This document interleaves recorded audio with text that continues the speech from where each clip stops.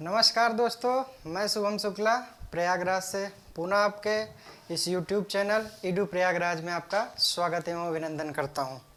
दोस्तों, पिछली वीडियो में मैंने अपने जीवन के बारे में थोड़ा संक्षिप्त परिचय दिया था। आप लोगों ने उसके बहुत स्नेह दिया। अपार समर्थन के लिए बहुत बहुत धन्यवाद। दोस्तों, आपसे वादा था कि कल से एक नई वीडियो बनने जा रही है जिसमें से पाठ्यक्रम के अनुसार अब पढ़ाई हम लोग स्टार्ट करेंगे। ठीक साथियों, सबसे पहले हम जीएस के थोड़ा लेंदी पार्ट भारतीय इतिहास के बारे में आज स्टार्ट करते हैं। फिर धीरे धीरे जब एक पोर्शन ख़त्म होगा तो फिर नया सब्जेक्ट उठेगा। फिर और हमारे आपके और भी कुछ सर वगैरह हैं जो आपको और नए सब्जेक्ट का भी अध्ययन कराएंगे। तो साथियों, आइए शुरुआत करते हैं, एक नई पहल करते हैं। साथियों, सबसे पहले हम लोग भारतीय इतिहास के बारे में समझते हैं कि भारतीय इतिहास में हम लोगों को पढ़ना क्या है, चीज़ें कैसे पढ़नी है। एकदम सिस्टमेटिक चलना है और उतना ही पढ़ना है जितना एग्ज़ाम ओरिएंटेड है। बहुत ज़्यादा पढ़ के किताबों से सिलेक्शन होने वाला नहीं है।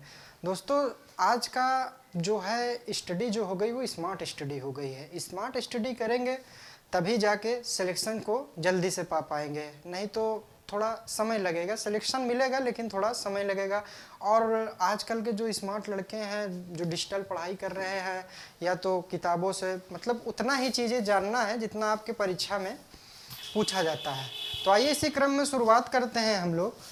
सबसे पहले जान लेते हैं कि इतिहास में हमें क्या क्या पढ़ना है, इतिहास को कितने भागों में बांटा गया है, इतिहास में आगे कैसे हम लोग स्टार्ट करते हैं। तो पहला हेडिंग है हमारा भारतीय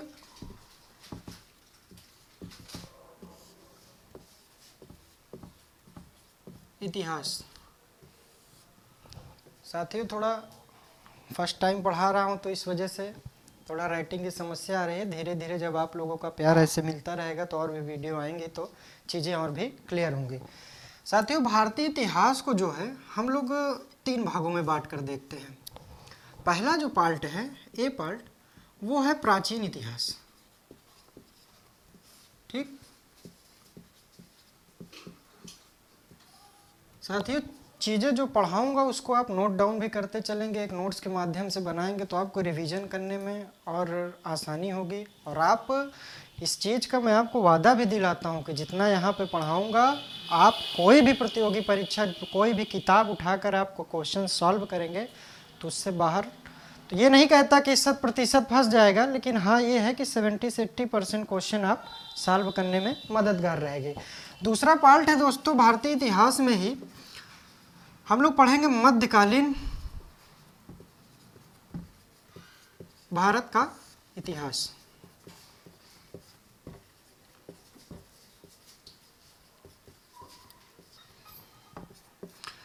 तीसरे पे आते हैं आधुनिक भारत के इतिहास पर।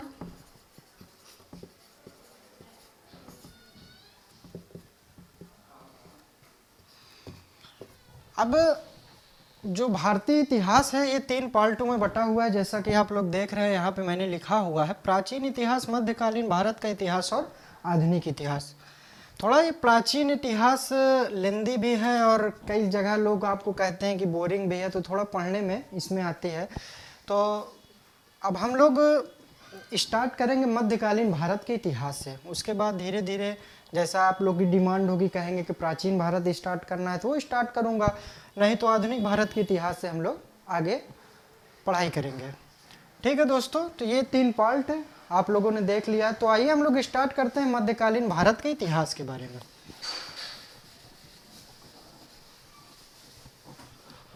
अब यहाँ पर हेडिंग डाल लीजिए, मध्यकालीन भारत का इतिहास। दोस्तों, मध्यकालीन भारत के इतिहास को भी हम लोग 2 भागों में बांट कर देखेंगे। पहला जो भाग है वो आपके दिल्ली सल्तनत से रिलेटेड है। किससे रिलेटेड है दोस्तों? दिल्ली सल्तनत से। दिल्ली सल्तनत।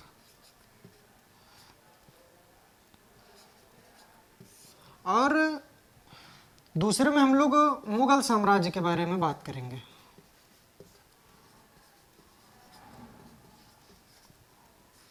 साथियों चीज़ें नोट डाउन करते रहिए कि बहुत सिस्टमेटिक पढ़ाई हम लोग करने जा रहे हैं, इससे आपको बहुत फ़ायदा होने वाला है।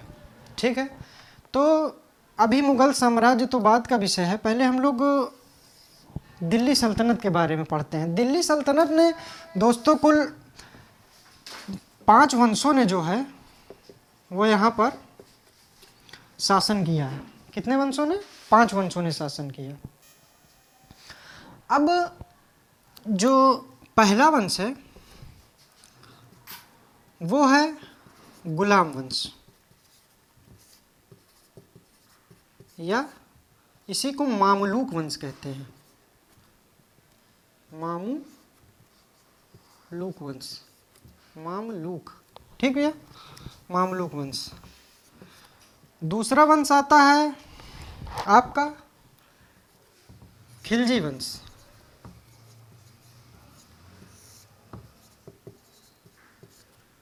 तीसरा वंश है आपका तुगलक वंश। चौथा वंश है आपका सैयद वंश।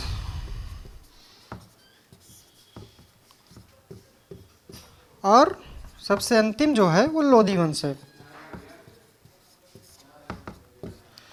ये लोधी वंश में ही अंतिम सम्राट था इब्राहिम लोधी, उसी को मारकर बाबर ने मुगल साम्राज्य की स्थापना की थी। तो पहले हम लोग दिल्ली सल्तनत के बारे में विस्तृत अध्ययन कर लें, उसके बाद हम लोग मुगल साम्राज्य पे चलेंगे। आप पेशेंस बनाए रखेंगे तो आपको चीज़ें जो हैं वो बेहतर परिणाम मिलेंगे। तो दोस्तों मैं मुगल साम्राज्य मिटाने जा रहा हूँ, आई होप आप लोगों ने इसको नोट डाउन कर लिया होगा। तो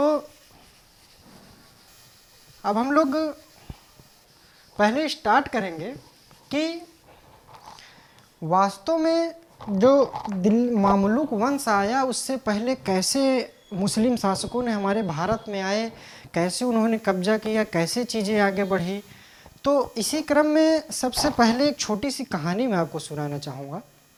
सबसे पहले हमारे भारत में जब ये प्राचीन इतिहास ख़त्म होता है तो उस समय जो थे वो अरब आक्रमण किए थे। अरबों में ये था कि भारत में दोस्तों क्या था कि व्यापार की दृष्टि से बहुत समृद्ध राष्ट्र था।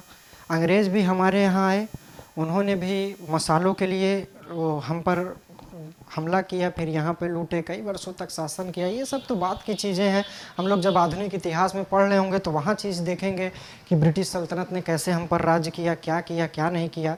अब दोस्तों सबसे पहले शुरुआत होती है जो मध्यकालीन भारत के इतिहास की, वो होती है भैया अरब आक्रमण से। तो आप लोग हेडिंग डाल लीजिए, अरबों का भारत पर आक्रमण।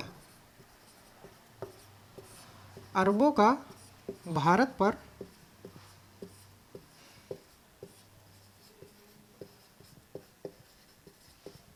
आक्रमण। ठीक, पहले आप चीज़ें हमारी सुनेंगे ध्यान से, फिर जो पॉइंट आउट है उसको मैं नोट कराऊंगा, आप उसको नोट करेंगे। आप पहले ध्यान से चीज़ें सुन लीजिए, नहीं तो फिर आप ऐसे ही लिखता जाऊंगा तो चीज़ें समझ में कम आएंगी। तो जो सबसे पहले अरब थे उस समय सन बात है सन 711 से 1212 ईस्वी की। उस समय जो अरबों का जो खलीफा होता था, अभी नोट्स नहीं बनवा रहा हूँ, अभी सिर्फ आपको बेसिक बातें बता रहा हूँ, फिर प्रॉपर नोट्स बनवाई जाएगी। अरबों का जो खलीफा था उस समय अल हज्जाज था। कौन था? अल हज्जाज था।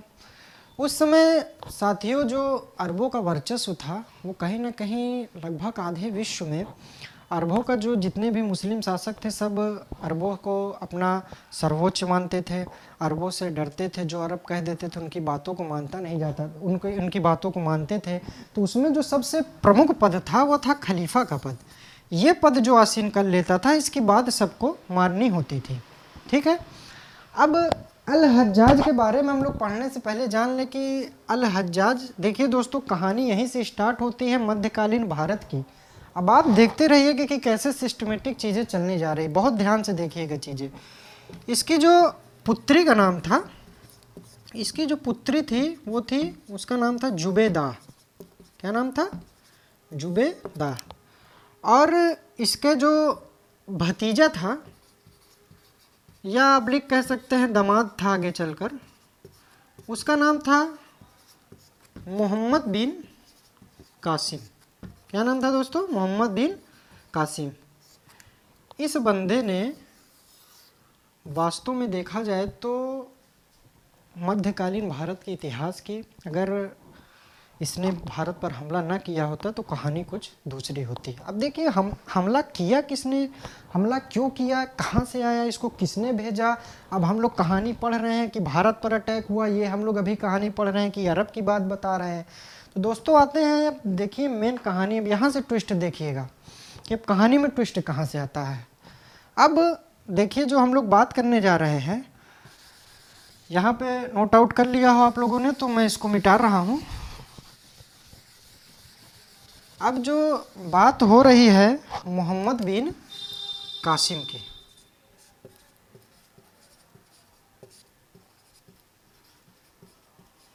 मोहम्मद बिन कासिम दोस्तों, जैसे हमने बताया कि ये अरब के खलीफा अल हज्जाज का भतीजा था। तो ये भारत आया तो आया कैसे? साथियों देखिए, आप ध्यान से सुनिएगा, एक कहानी, छोटी सी कहानी है, मैं आपको बताना चाहूँगा कि जब अल हज्जाज अरब का खलीफा बनता है तो उसने सर्वप्रथम कहा कि ऐसा है कि जितने भी संपूर्ण विश्व के मुसलमान शासक हैं, जितने भी संपूर्ण विश्व के जहाँ जहाँ मुस्लिम लोग हैं या मुस्लिम शासक हैं, वो सबसे रास्ता अपनाते हैं कि भारत में व्यापार की दृष्टि भी से ठीक थे, बड़े बड़े समुद्र थे, वो था, बंदरगाह थे, यहाँ पे काफ़ी व्यापारिक दृष्टि से बहुत अच्छा माना जाता था भारत को। तो उन्होंने कहा कि पूर्वी देश में जाकर आप जितने भी इसके समर्थक थे सब लोग इकट्ठा हुआ कि जाओ दूसरे देश में तुम लोग भारत पर मतलब व्यापार करो, वहाँ पर लूटो खाओ, और उसके बाद संपूर्ण भारत पर धीरे धीरे मुस्लिम साम्राज्य का विस्तार करो। तो उसी क्रम में जब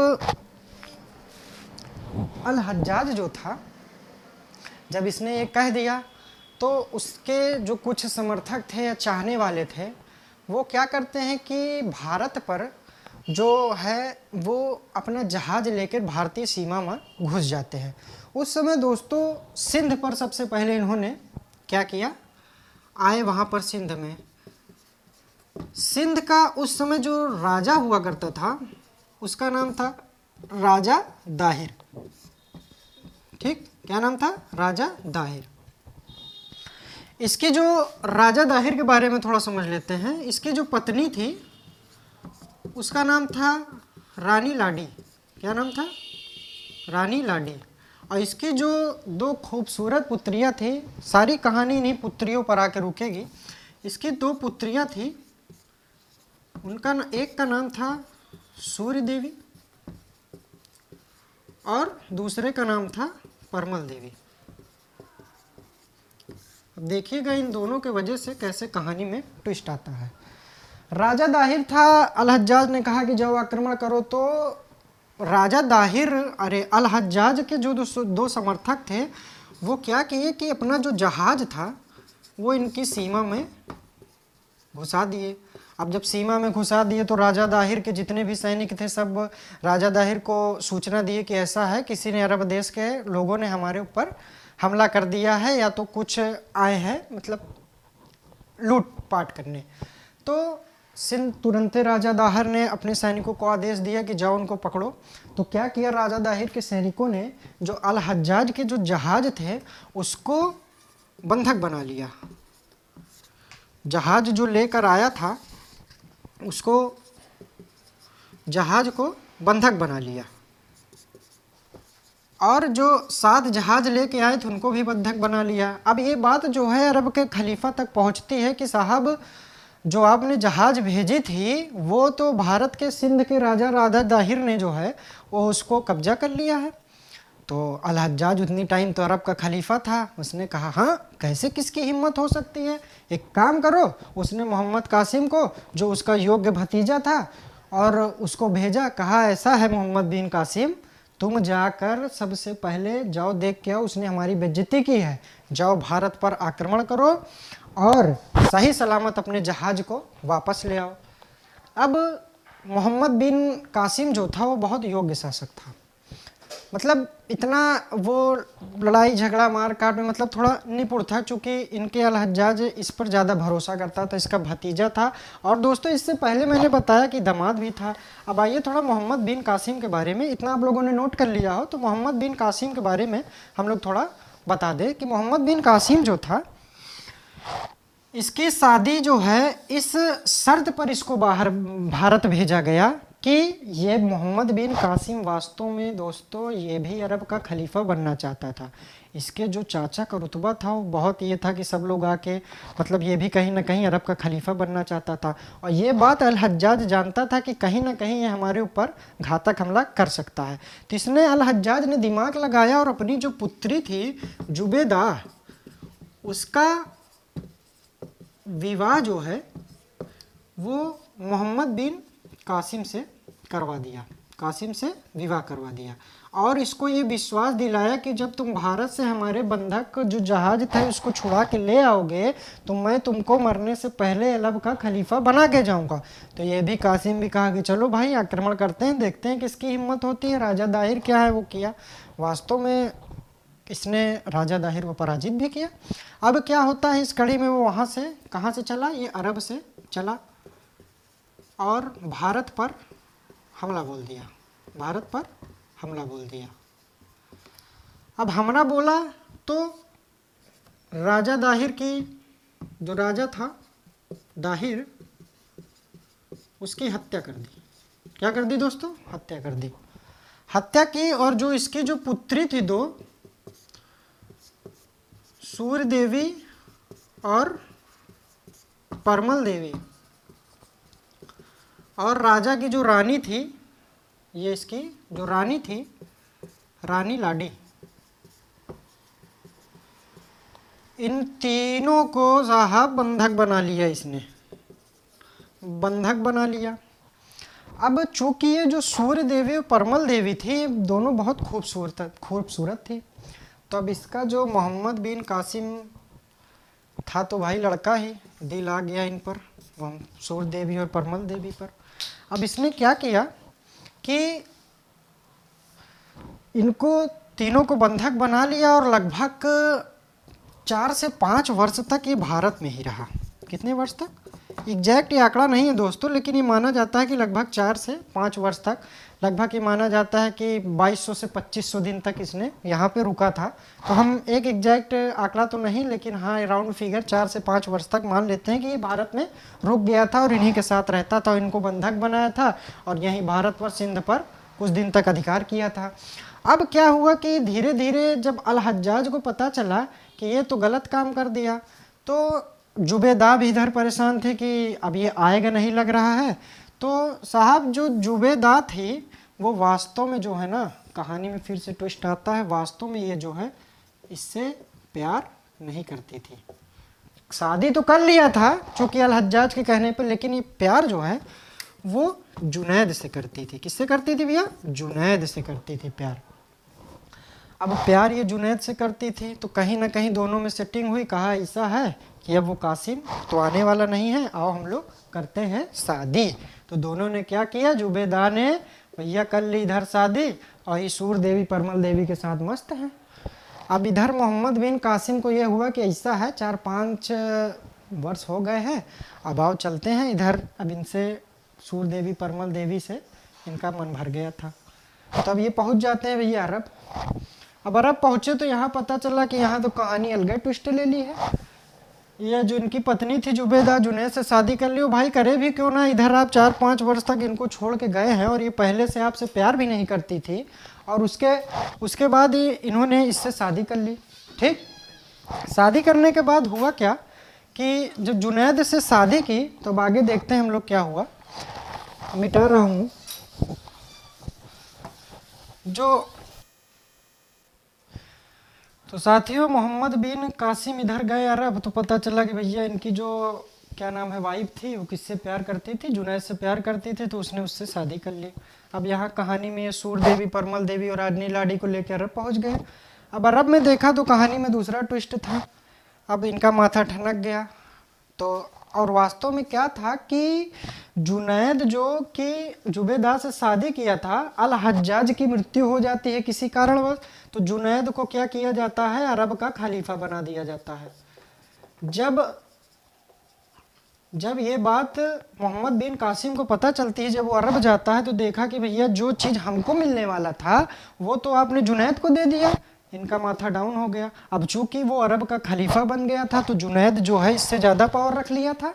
अब कहीं ना कहीं इसके अंदर इसके प्रति जो थी बहुत ज़्यादा घृणा थी। लेकिन अब क्या था कि अब जब ये सूर देवी और परमल देवी को लेकर पहुंचा तो जुनैद का भी मन क्या हुआ कि सूर देवी, परमल देवी वास्तव में बहुत ही सुंदर थी, तो इनका भी माथा उनके ऊपर ठनक गया। अब कहा कि ये भी हमारे साथ में रहेंगे। क्योंकि अरब का खलीफा था, वो खलीफाओं की आदत होती है सम्राट को 2, 4, 10 रानी दासी रखने की। तो आप समझ रहे होंगे मैं क्या कह रहा हूँ। तो इतना करते हैं। तो अब क्या किया कि कहीं ना कहीं सूर देवी, परमल देवी जो जिसको बंधक बना गया था, 4-5 साल तक शोषण किया था उसने, वो भी टारगेट की थी कि हमको मोहम्मद बिन कासिम से जो है वो बदला लेना है। ठीक, मोहम्मद बिन कासिम से बदला लेना है। तो उस क्रम में अब ये क्या करती हैं कि जुनैद को जो है ये भी कहीं ना कहीं पसंद करने लगा था। तो उसके बाद जुनैद को जो है ये कहती हैं कि ऐसा है, ये जो मोहम्मद बिन कासिम है ना, ये आपको मारना चाहता है। देखिए दिमाग लगा दिया इन्होंने, चूंकि ये भारतीय थी ना, इस वजह से दिमाग लगा दिया भैया। मोहम्मद बिन कासिम ये तुमको मारना चाहता है। ये क्या कर रही थी, ऐसी कुछ बात नहीं थी। कहा अच्छा मैं खलीफा हूँ, मुझको मार देगा मोहम्मद बिन कासिम, उसकी इतनी हिम्मत। रुको मैं बताता हूँ इसको। हाँ, तो मोहम्मद बिन कासिम को आया और भैया इनसे बिना कुछ सोचे समझे इनको लेके रामपुरी चाकू से उड़ा दिया। किससे उड़ा दिया, रामपुरी चाकू से। थोड़ा मजाक था, रामपुरी चाकू उस समय नहीं चलती थी। इनको हत्या कर डाली। अब भैया हत्या कर डाली तो कहीं ना कहीं सूर देवी, परमल देवी और राजनी लाडी तो बहुत खुश हो गई कि चलो हमारा बदला पूरा हो गया। अब दोस्तों कहानी फिर ट्विस्ट लेती है। अब जब इसकी हत्या हो जाती है तो इधर ये जुबेदा भी खुश हो जाती है कि हमारा कांटा निकल गया। और मोहम्मद बिन कासिम को मिला क्या, कुछ नहीं मिला बस यही सूर देवी, परमल देवी के साथ कुछ दिन रह लिए, यही मिला इनको। अरब का खलीफा बनने चले थे और क्या कर बैठे, ये विलन हो गए। अब जुनैद भाई थे, जुनैद भाई एकदम टाइट हो गया कि हाँ मैं अरब का खलीफा हूँ, कुछ होने वाला नहीं है। तो अब क्या हुआ कि एक दिन सूर देवी, परमल देवी और इनकी जो माँ थी रानी लाडी, वो तीनों जो है आपस में एक कमरे में बात कर रही थी। कि चलो बढ़िया हुआ, मोहम्मद बिन कासिम था, इसने मेरे साथ बहुत गंदा काम किया था, इसको मैंने टपका दिया। अब तीनों को टपका दिया, तब ये तीनों खुश है। तो वास्तव में जब ये तीनों एक साथ बात कर रही थी तो एक दासी थी जो इनकी बातों को सुन गई। सुन के खलीफा जुनैद को जाकर इसने बता दिया कि जिसके कहने पर आपने मोहम्मद बिन कासिम की जो है हत्या की है भैया, वो वास्तव में वो गलत है, ऐसा कुछ है नहीं, ये तीनों मिली हुई है और झूठे इस बेचारे को टपकवा दी। तो कहा अच्छा, जुनैद ने कहा मेरे साथ इतना बड़ा धोखा किया तुमने, बुलाओ तीनों को। तीनों को दरबार में बुलाया गया और साहब इतिहास का वो सबसे क्रूर शासक मतलब समय था जिसमें इसने तीनों को, किसको राजा दाहिर की दोनों पुत्री प्लस रानी को दीवार में चुनवा दिया। बाद में पता चला चूंकि इन दोनों ने धोखा दिया था तो दीवार में इनको चुनवा दिया। अब दोस्तों क्या हुआ कि इस कहानी से हमें यह शिक्षा मिलती है कि अगर आप कोई चीज़ दिमाग से काम नहीं करेंगे तो लास्ट में आप हमेशा मात खाएंगे। दोस्तों यहाँ पर ख़त्म होता है अरब का आक्रमण। अब देखिए शुरुआत हो चुकी है। अब हम लोग आगे जो अगला टॉपिक पढ़ेंगे, आप लोग समझ गए। आई होप आपको मज़ा आया होगा। दोस्तों कैसी लगी आपको वीडियो ये आप कमेंट बॉक्स में ज़रूर बताइएगा। अब आज इस टॉपिक को हमने पढ़ लिया है। अब आने वाले समय में नेक्स्ट वीडियो में हम लोग भारत पे तुर्कों का आक्रमण पढ़ेंगे। किसका आक्रमण पढ़ेंगे? अभी अरब का आक्रमण खत्म हो गया ना, अब हम लोग भारत में किसका आक्रमण पढ़ेंगे? अब हम लोग तुर्कों का आक्रमण पढ़ेंगे। अब तुर्कों का आक्रमण कहाँ पर? भारत पर। ये जो हमारी होगी वो नेक्स्ट हेडिंग होगी भैया। अब नेक्स्ट वीडियो में हम इस पे चर्चा करेंगे। आज के लिए इतना पर्याप्त है दोस्तों। आप इस वीडियो को बहुत ध्यान से देखिएगा। चीज़ें जितने भी बताया हूँ बहुत मेहनत किया हूँ। आप किताबें पढ़िएगा, देखिएगा।